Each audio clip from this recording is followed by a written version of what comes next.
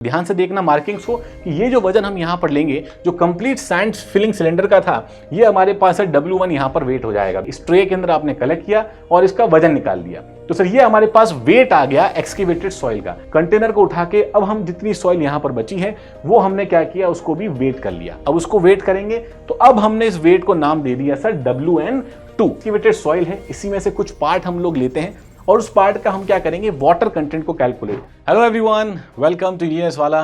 कैसे हैं आप सभी? और आज हम लोग पढ़ने वाले हैं सैंड रिप्लेसमेंट मेथड के बारे में, जो कि एक बहुत ही महत्वपूर्ण मेथड है यूनिट वेट डिटर्मिनेशन करने के लिए सॉइल का।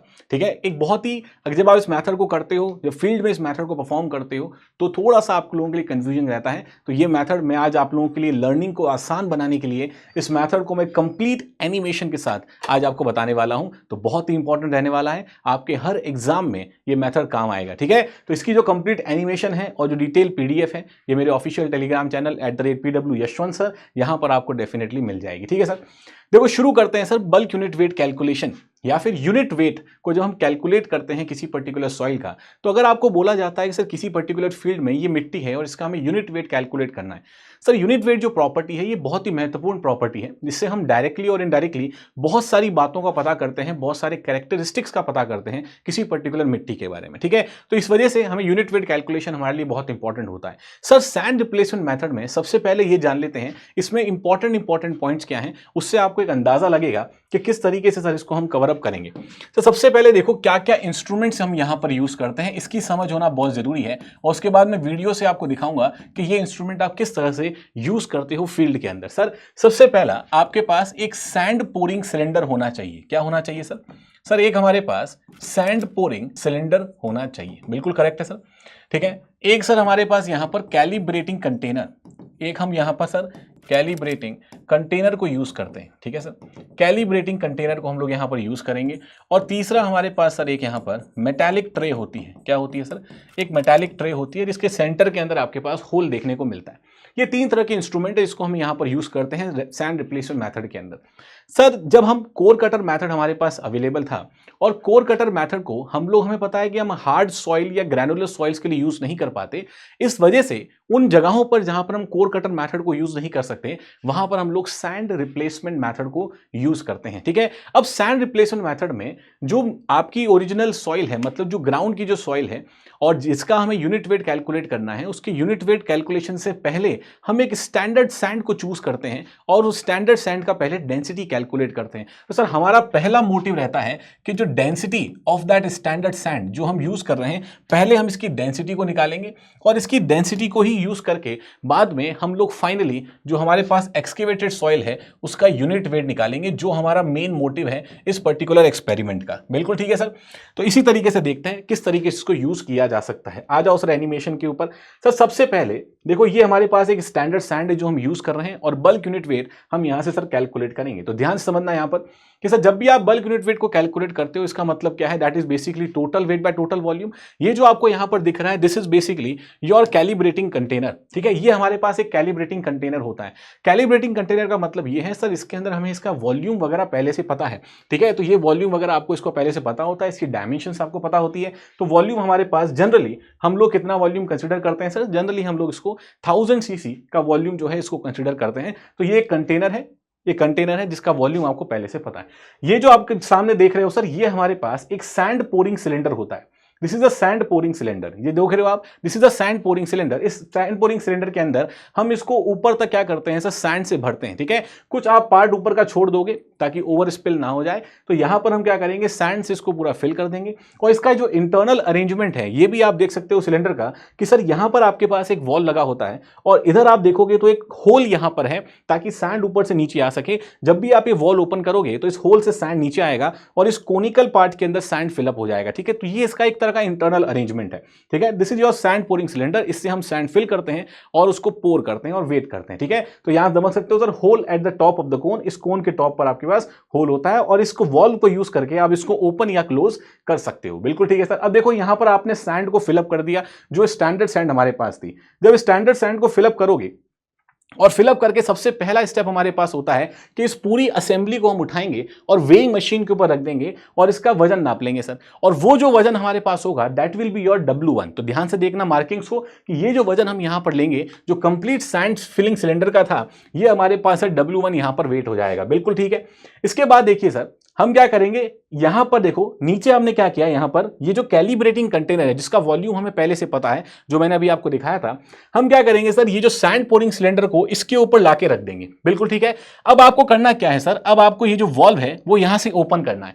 जब आप वॉल्व को ओपन करोगे तो आप एक चीज नोटिस करोगे कि सर यहां पर हमारे पास इस कोनिकल पार्ट के ऊपर होल था, तो जो सैंड आपने यहां भरी है जिसका पूरा वजन W1 है सर, वो सैंड धीरे धीरे आके पहले इस कोनिकल पार्ट में फिल होगी और उसके बाद आपके पास इस कैलिब्रेटिंग कंटेनर के अंदर फिल होने वाली है। देखो सर किस तरीके से, जब आप इसको ओपन अप करेंगे सर यहां पर, तो यहां ओपन अप करेंगे, देखो सैंड पहले आपके पास कोनिकल कंटेनर और साथ ही साथ यहां पर आपके पास जो नीचे कैलिब्रेटिंग कंटेनर है उसके अंदर फिलअप होगा। तो इतना जब फिलअप हो जाएगा उसके बाद सर हम क्या करेंगे, उसके बाद सर हम इसको अलग से निकालेंगे बाहर।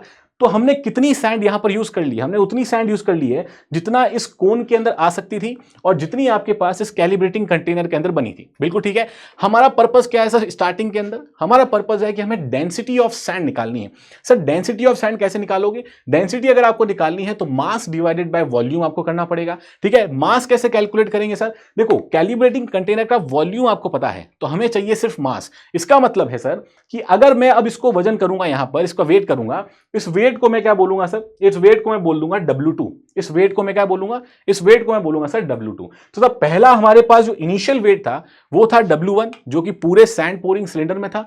सेकंड हमारे पास वेट आया W2 और W2 वेट का मतलब हुआ कि W1 से उतना वजन कम हुआ जितना आपका इस कोनिकल कंटेनर और इस आप कैलिब्रेटिंग कंटेनर के अंदर गया। ठीक है सर। इसके बाद देखो सर नेक्स्ट, इसके बाद यहां पर देख सकते हो कि आपके पास बिकॉज यहां पर एक कोनिकल शेप हमारे पास है तो एक हीप ऑफ सैंड हमारा इस तरह से बन गया।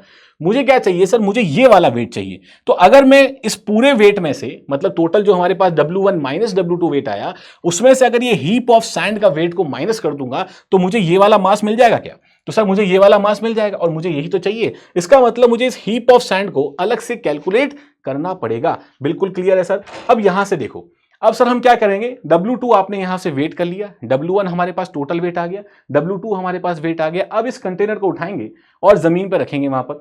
अब यहां पर वॉल को फिर से ओपन करोगे तो सर ये पूरा का पूरा किसमें फिल होगा, जितना कोनिकल पार्ट में था उतना फिल हो जाएगा। इस कंटेनर को यहां से आप हटा दोगे तो सर एक हीप ऑफ सैंड हमारे पास बच जाएगा। इस हीप ऑफ सैंड को हम क्या करेंगे, वे कर लेंगे। इस हीप ऑफ सैंड को वे करके इसका वेट हमने बोल दिया सर दिस इज W3। तो अब एक बात मुझे बताओ सर, सिंपल सी बात, कि अब मुझे निकालना क्या था सर, अब मुझे निकालना था कि कितना वजन हमारे पास कैलिब्रेटिंग कोन के अंदर आया है, कितना वेट ऑफ सॉइल, कितना वेट ऑफ सैंड, जो स्टैंडर्ड सैंड हमने यूज किया वो हमारे किसमें कैलिब्रेटिंग कंटेनर के अंदर कितना आया।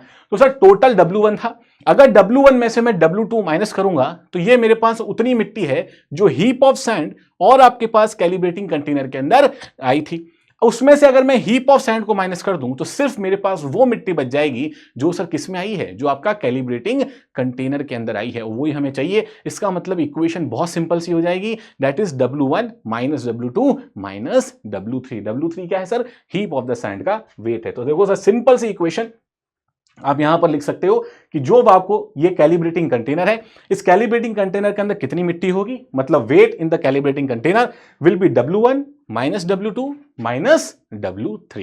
ये हमारे पास हो जाएगा। तो अब हमें क्या निकालना था सर, अब हमें डेंसिटी ऑफ सैंड निकालना है। तो डेंसिटी ऑफ सैंड कैसे निकालोगे, weight of the sand divided by volume of the calibrating container. तो मतलब कैलिब्रेटिंग कंटेनर के अंदर कितना वजन है सैंड का और उसका कितना वॉल्यूम है, वहां से हमें क्या मिल जाएगा, वहां से हमें डेंसिटी मिल जाएगी। तो देखो यहां पर WA जो वेट आपने निकाला, W1 minus W2 minus W3 divided by the volume, ये हमारे पास आ गया। और ये वॉल्यूम कौन सा है, this volume is the volume of calibrating container, जो हमें पहले से पता है सर। ठीक है। तो यहां से हमारा पहला स्टेप पूरा हो जाता है कि हम यहां से उस स्टैंडर्ड सैंड की डेंसिटी को बहुत इजीली यहां पर कैलकुलेट कर पाए। ठीक है। अब सर इसका फायदा क्या है, अब हम क्या करेंगे सर, अब हम जाएंगे फील्ड के अंदर। तो आप अपनी कार लेके गए और बढ़िया से फील्ड में गए। अब फील्ड के अंदर जो पर्टिकुलर सॉइल है जिसका यूनिट वेट हमें एक्चुअल में निकालना है वो हम वहां पर सॉल्व कर, वो हम वहां पर जाएंगे और सबसे पहले यहां पर क्या करेंगे सर, एक्सकेवेशन करेंगे। तो देखो ध्यान से, यहां आप आओगे फील्ड के अंदर, फील्ड के अंदर आने के बाद आप यहां पर सभी इंस्ट्रूमेंट लेके आओगे, टॉप लेयर को रिमूव किया और आपने यहां पर क्या किया सर, एक्सकेवेशन कर गया। ये एक मेटालिक ट्रे है जो आप यहां रखोगे, इस मेटालिक ट्रे के बीच में होल होता है, ठीक है। और अब यहां से आपने एक्सकेवेशन करना शुरू किया। सर एक्सकेवेशन करोगे तो सर लगभग एक जो एक्सकेवेशन की डेप्थ होती है वो लगभग 12 सेंटीमीटर के अराउंड होती है, मतलब 120 mm के आसपास की ये डेप्थ हमारे पास होगी। तो जो भी यहां से मिट्टी एक्सकेवेट हुई उसको हमने क्या किया, इस मेटल ट्रे के ऊपर कलेक्ट कर लिया और उसको रख लिया। अब सर ये जो एक्सकेवेटेड सॉइल है, जो सॉइल आपने यहां से बाहर निकाली और ये एक्सकेवेटेड सॉइल हमारे पास आई, इसको हम क्या कर लेंगे, इसको हम तोल देंगे सर, इसका वेट कर लेंगे। तो देखो ध्यान से यहां पर सर इस एक्सकेवेटेड सॉइल को आपने उठाया और अब क्या करोगे सर, इसका वजन अलग से कर लोगे। तो collect the excavated soil into the tray, इस ट्रे के अंदर आपने कलेक्ट किया और इसका वजन निकाल दिया। तो सर ये हमारे पास वेट आ गया एक्सकेवेटेड सॉइल का। सर ये वही एक्सकेवेटेड सॉइल है जिसका आपको यूनिट वेट कैलकुलेट करना था। तो यूनिट वेट के लिए अब हमारे पास सर वेट तो मिल गया, एक चीज हमें चाहिए, दैट इज द वॉल्यूम। अब सर वॉल्यूम निकालने के लिए हम इनडायरेक्टली डेंसिटी ऑफ सैंड को भी यूज करते हैं, देखो किस तरीके से। तो सर हमने क्या किया यहां पर, हमने यहां पर वेट को कैलकुलेट किया, this is the weight of excavated soil. फिर हम क्या करेंगे, हम अपना सैंड पोरिंग सिलेंडर ले आएंगे, जो स्टैंडर्ड सैंड जिसकी डेंसिटी अब आपको पता है, उसको हमने इस सैंड पोरिंग सिलेंडर के अंदर फिल कर दिया। बिल्कुल ठीक है, असेंबली अभी भी आपको क्लियर है, एक वॉल लगा होगा, यहां होल लगा होगा, अंदर का पार्ट ये कोनिकल है इस तरीके से, और इसके नीचे कैलिब्रेटिंग कंटेनर हम लोग पुट कर सकते हैं। तो जैसे ही वॉल को ओपन या क्लोज करेंगे, मिट्टी आपके पास क्या होगी, इस कोनिकल पार्ट में पहले आएगी, उसके बाद सर नीचे आपके पास जो भी कंटेनर है, पिट है, उसके अंदर मिट्टी आने वाली है। तो हमने क्या किया सर, पहले वापस से इसको पूरा मिट्टी से भर दिया स्टैंडर्ड सैंड से, जिसकी अब डेंसिटी हमें पता है, और इसका वजन नाप लिया सर। इसका वजन नापेंगे, इसको इस बार नाम दे दिया हमने WN1। अब इसको उठाया सर, उठा के हम वहां ले गए जहां पर हमने एक्सकेवेशन किया था, ठीक है, जहां पर हमने एक्सकेवेशन किया। तो अब क्या करेंगे सर, अब इस वॉल को जब आप ओपन करोगे तो ये जो स्टैंडर्ड सैंड जिसकी डेंसिटी अब आपको पता है सर, जिसको वॉल को ओपन किया तो पहले ये कोनिकल पार्ट में आएगा, उसके बाद इस पिट के अंदर भर जाएगा। बिल्कुल ठीक है, मुझे क्या निकालना था सर, मुझे निकालना था वॉल्यूम। मुझे क्या निकालना था, वॉल्यूम कैलकुलेट यहां से करना था जो पिट के अंदर आएगा। तो इसके लिए मेथड क्या यूज किया गया, मेथड ये यूज किया गया कि सर अब आप इस स्टैंडर्ड सैंड को जब ओपन करोगे तो इसमें और इसमें भर जाएगा सर। उसमें से इस हीप ऑफ सैंड को अगर मैं यहां से माइनस कर दूंगा, जो कोनिकल पार्ट वाला था, तो मेरे पास उतना मिट्टी आ जाएगी जो इस पर्टिकुलर गड्ढे के अंदर, पिट के अंदर भरी है। बिल्कुल ठीक है, तो सर यहां पर मुझे ये वेट मिल जाएगा जितना इस पिट के अंदर हमारे पास देखने को मिला। इससे हम क्या करेंगे, इससे सर हम वॉल्यूम ऑफ सैंड को कैलकुलेट कर लेंगे, क्योंकि अब हमें इसमें बढ़ने वाली मिट्टी का वजन पता है, उसकी डेंसिटी पता है, तो हम उससे क्या निकाल सकते हैं, हम उससे वॉल्यूम निकाल सकते हैं, wait of the sand divided by density of the sand से। तो यहां पर हमें वॉल्यूम ऑफ द सैंड पता चल जाएगा। अब एक बात एकदम क्लियर है सर, जितना वॉल्यूम सैंड का यहां फिल होगा उतना ही तो वॉल्यूम इस गड्ढे का होगा, उतना ही तो वॉल्यूम इस पिट का होगा, और जितना वॉल्यूम इस पिट का होगा उतने वॉल्यूम की ही तो मिट्टी आपने यहां से निकाली होगी सर। तो अब आपको वेट पता है, वॉल्यूम पता है, क्या निकल गया सर, यूनिट वेट आपने यहां से कैलकुलेट कर लिया। तो देखो ध्यान से, अब आपने वॉल को ओपन किया, कोनिकल पार्ट भरा, और जितना ये पिट था, ये पिट पूरा भर गया। अब इसको हमने क्या किया, कंटेनर को यहां से उठाया, कंटेनर को उठा के अब हम जितनी सॉइल यहां पर बची है वो हमने क्या किया, उसको भी वेट कर लिया। अब उसको वेट करेंगे तो अब हमने इस वेट को नाम दे दिया सर WN2, ठीक है। WN1 जो फील्ड वाला पहला वेट था, WN2 आपके पास ये वाला वेट हो गया, और हीप ऑफ द सैंड का वेट आपको पहले से पता है। तो यहां से आप क्या करोगे, यहां से आप वेट निकाल लोगे, किसमें, उस पर्टिकुलर पिट में कितना आया, उस वेट को कैलकुलेट करोगे। कैसे करेंगे सर, WN1 देखो ये पोर्ड सॉइल है जितना है, तो WN1 माइनस WN2 माइनस आपके पास W3। तो सर अब हमें डेंसिटी पता है और वेट पता है, तो क्या निकाल दिया हमने, डेंसिटी पता है, वेट पता है, हम निकाल देंगे वॉल्यूम। तो सर वॉल्यूम निकल जाएगा उस पर्टिकुलर होल का कि वेट कितना सॉइल का हमने पोर किया है divided by the density of sand, जो आप पहले निकाल चुके थे। अब एक्सकेवेटेड सॉइल आप पहले ही निकाल चुके हो, इसी का तो यूनिट वेट निकालना है, और वॉल्यूम ऑफ होल हमें पहले से पता है सर। तो वेट बाय वॉल्यूम जब हम लोग करेंगे तो यहां से क्या आ जाएगा सर, यहां से हमारे पास unit weight of this particular soil हमें देखने को मिल जाएगा। और यहां यूनिट वेट का फाइनल फॉर्मूला क्या बन गया, जो एक्सकेवेटेड सॉइल का वेट था divided by the volume of hole, जो आप यहां से बहुत बढ़िया तरीके से कैलकुलेट कर सकते हो। ठीक है सर, अब ये जो एक्सकेवेटेड सॉइल है इसी में से कुछ पार्ट हम लोग लेते हैं और उस पार्ट का हम क्या करेंगे, वाटर कंटेंट को कैलकुलेट करेंगे। ये सभी मेथड है जिससे आप वाटर कंटेंट डिटर्मिनेशन कर सकते हो, जैसे कि oven drying method, pycnometer method, sand bath method, rapid moisture meter method, torsional balance meter है ना मेथड, ये हम यहाँ पर यूज कर सकते हैं। तो इनमें से कोई भी मेथड आप यूज करो और वहां से क्या करो सर, वहां से वाटर कंटेंट को कैलकुलेट कर लो। अगर हमारे पास बल्क यूनिट वेट है और हमारे पास अगर वाटर कंटेंट है तो हमें पता है सर कि हम यहां से क्या निकाल सकते हैं, हम यहां से ड्राई यूनिट वेट को भी कैलकुलेट कर सकते हैं। तो हमने बल्क यूनिट वेट निकाल दिया, ये हमें पहले से पता था, जो हमने सैंड रिप्लेसमेंट मेथड से निकाला।